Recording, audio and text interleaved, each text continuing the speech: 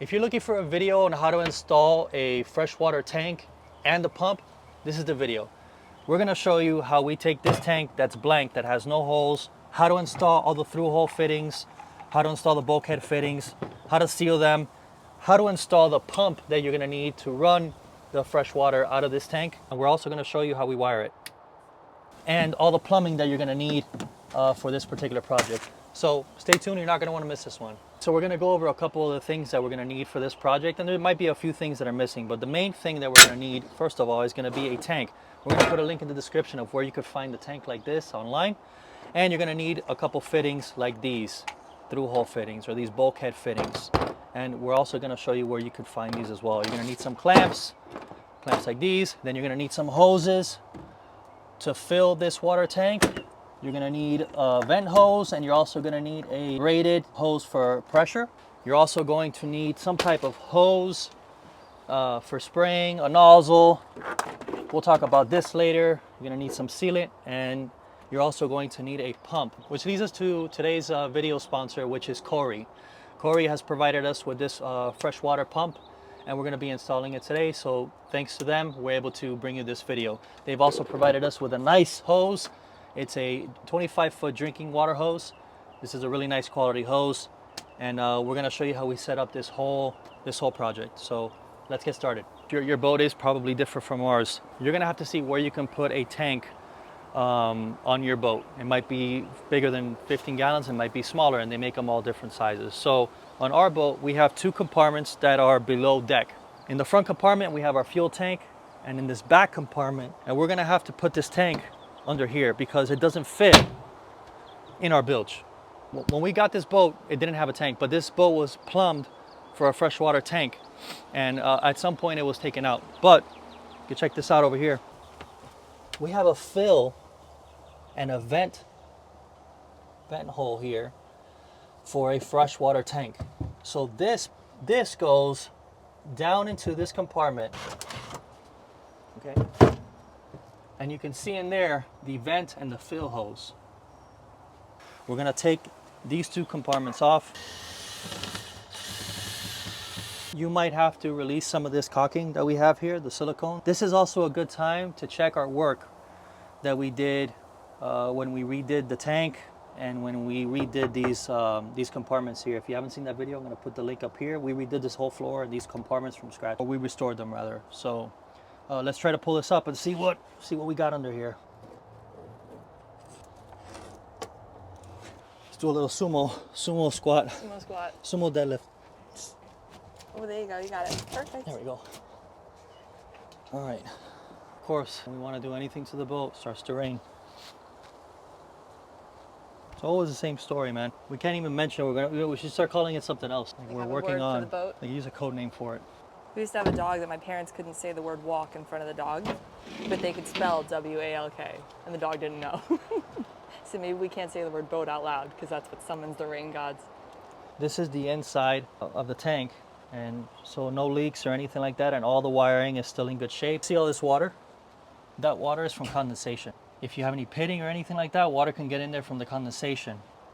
We're gonna go back in here and check out how we're gonna run all the hoses. So we know that our water fill and our vent is here, and we're gonna have to run it through that hole that's in there. We're gonna have to open up a hole here where the stringer is, so we can run both of those, the vent and the fill, through here. Put a notch up in here so we can run all that back to this rear bulkhead. Check this out. This is stainless steel from 1985, and it almost looks new, besides some crud that it has on here. Some of this stainless steel crap that you buy today is already rusted in less than a year. They don't make it like they used to, right? I bought 5 feet of this 1.5 inch fill, and then I also have this is 3/4 inch hose here. It doesn't have to be reinforced because this is no pressure. So I just bought a cheap hose that we can run through here. So I have this 3-inch hole saw, and I'm gonna make a hole right here so I can run my hoses through.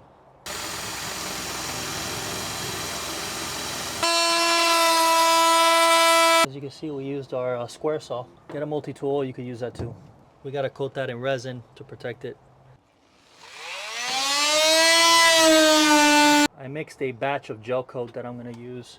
Protect this bare wood. So we're gonna put a coat on there. You want to use a bigger brush as possible. So Your dainty little pink brush is so this not is your exactly first what you choice? want.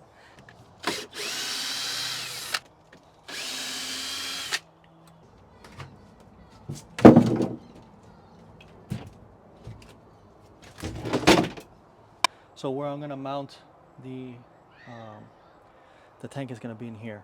I could mount it back here, but I don't have enough height. I have more height up here. And I want to keep it up off the floor as much as possible.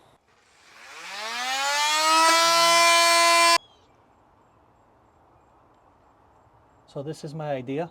I want it to be mounted here off the floor. So now that I know how that's gonna fit, I can put this is gonna hold the bottom part like this. I'm gonna screw this into this bulkhead. The tank will sit on there, and then this side will go like this. The way we're gonna hold the tank in so it's semi-removable is we're gonna use these stainless steel ratchet straps. We're gonna put some holes up in here so we can tie it and then ratchet down and hold the tank in place. We're gonna wait for that to cure. We're gonna go ahead and mount our brackets that are gonna hold up the tank. I'm gonna seal the stainless steel screws with some type of sealant or a silicone. Okay, hold on. All right, so my idea of making the hooks and putting it like this really wasn't gonna work. So Ali's idea of making the straps go around the whole thing is a lot better, and it'll keep it tighter up against there. So let's try to put this in there.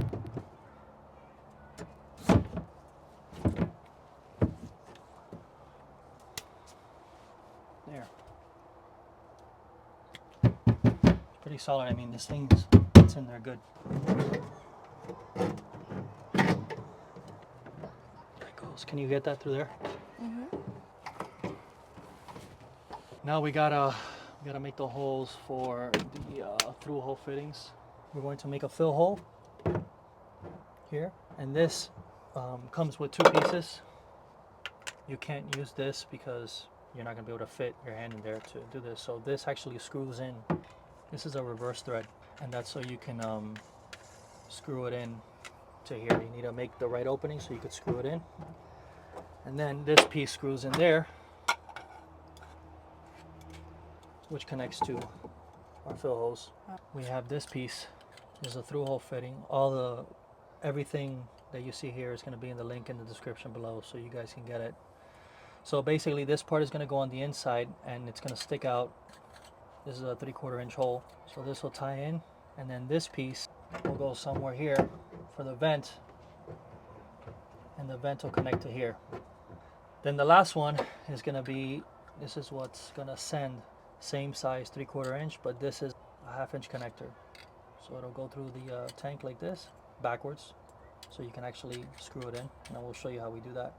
And you tighten that up. It's got a little seal here. You could put some silicone too. And these connections we're going to seal with PVC cement. That's going to go down here because that's going to be our pickup. All right, so we used a 2 inch and 1/8 bit, and I'm going to try to burr this out with a razor so I can slide this in because it's not big enough. But before we close all this up, we're going to vacuum in here and get rid of all the pieces.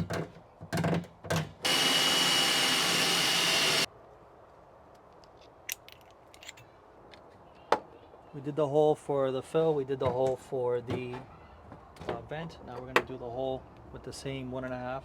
We're going to do it for the pickup. So we're going to put that here.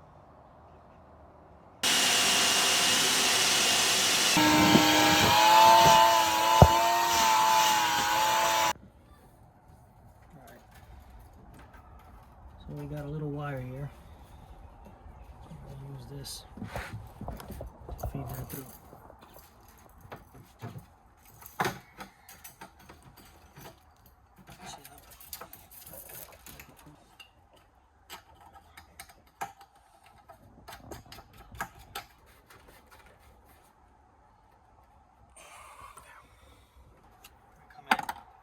Our 1/2 inch connection, and that's gonna go right there. We're gonna put some PVC glue on there.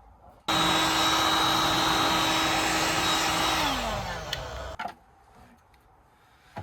we heated that up.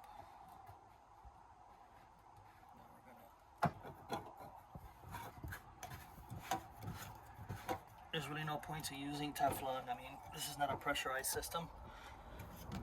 You might need to apply some heat. Things you're gonna have to take into account is how much height you got, and although I tried my best to get all the right heights for everything, I miscalculated for this, but that's all right. So what I had to do is, originally I had this piece coming into here, and it would have been like a 90-degree bend, and it would have been this hose. So what I did is I got a 3/4 PVC pipe and a 3/4 90-degree elbow. Now I'm gonna put that in there, and we're gonna fit this in there just like this, so it's actually perfect. I'm gonna fit this piece in here just like this, and we're gonna cement it with PVC cement, and that's gonna hold it just fine. And then this piece will come in just like that. I've never used this stuff before. My dad's are really good at this stuff, but apparently, so this is like a primer or a cleaner, and this supposedly dries really fast. And then we're gonna clean up this area here, because we're gonna cement it to this PVC or this plastic, and then let that dry, and then I'm gonna come here and clean up all this. So we got all our pieces here. And then we got our medium clear PVC cement. So all my pieces are dried. Now we're gonna add the cement. I think I'm gonna build this first, and then I'm gonna last cement it to here. So let's do that. Don't cake it. That's what I'm trying not to do.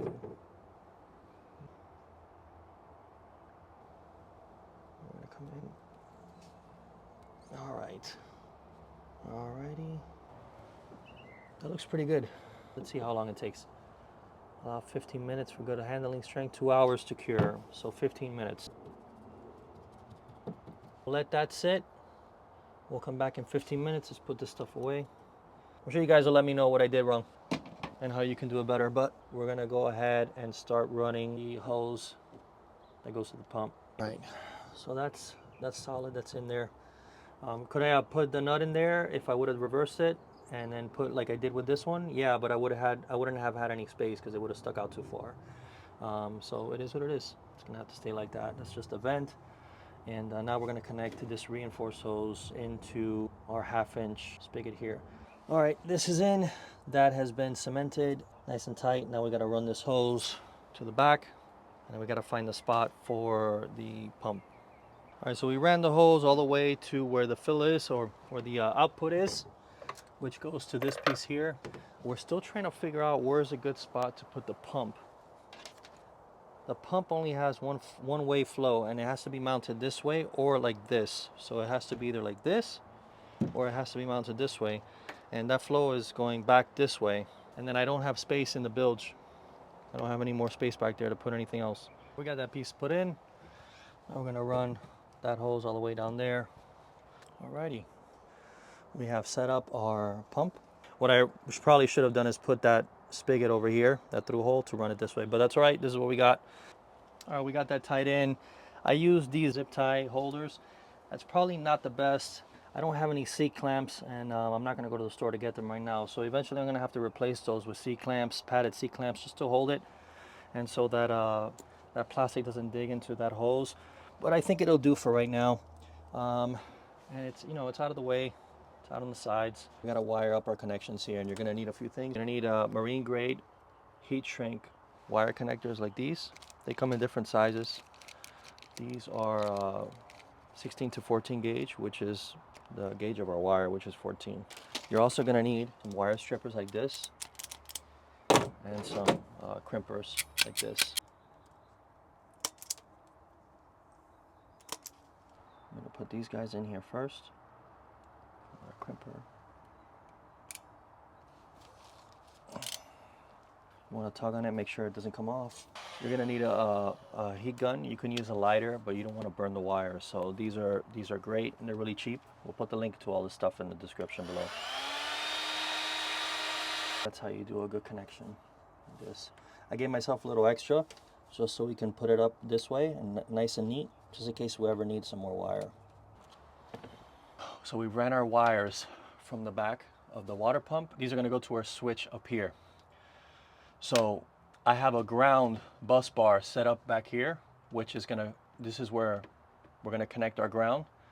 And then this wire is gonna go to our switch through back here. If you want to see how we wired this boat, I'm going to put the link of the video up here so you can see how the switch system works. Yeah, we're going to do that right now. All right, so this is the bus bar back here that we're going to connect to. So we're going to need a ring terminal like this one, okay? And the same thing applies with the crimping and the heating. And that's going to connect to those terminals there, right? So now for the other connection that's going to go into our switch, if you look back here, these connections are these terminal connectors like this, and we need to put that into the switch system. So we're going to pick a switch, and I think we're going to pick the switch that's under the aerator or the live well, which will be the third one down. Now that we got our wire put in, there's still another wire that we need to run from the center of the switch that goes to the fuse block. So that's what we're going to do now. All right, so what I've done is I've gone ahead and I put a wire here with a connector on the fuse block, and I'm kind of running out of space. So here we have horn. I'm going to switch that out to freshwater tank. So we're going to take that out because we don't have a horn connected, and we're running out of space, so we're going to have to put another bus bar soon. So that'll be another project. Now we're going to run this wire up to the switch. All right, now we've installed the wire that comes from the fuse to the middle position on the switch, and that'll be this switch over here, which we need to label. We turned on the power to from the switch. We turned the switch on, and now we're going to test if the pump works, if all our connections are working. So I'm going to come here, and our pump is working, so you can hear it. So now that we know the pump is working, we're going to fill up the tank with water and make sure that we got no leaks, and that way we could be done with the project. I got the hose. We're going to try to fill this up.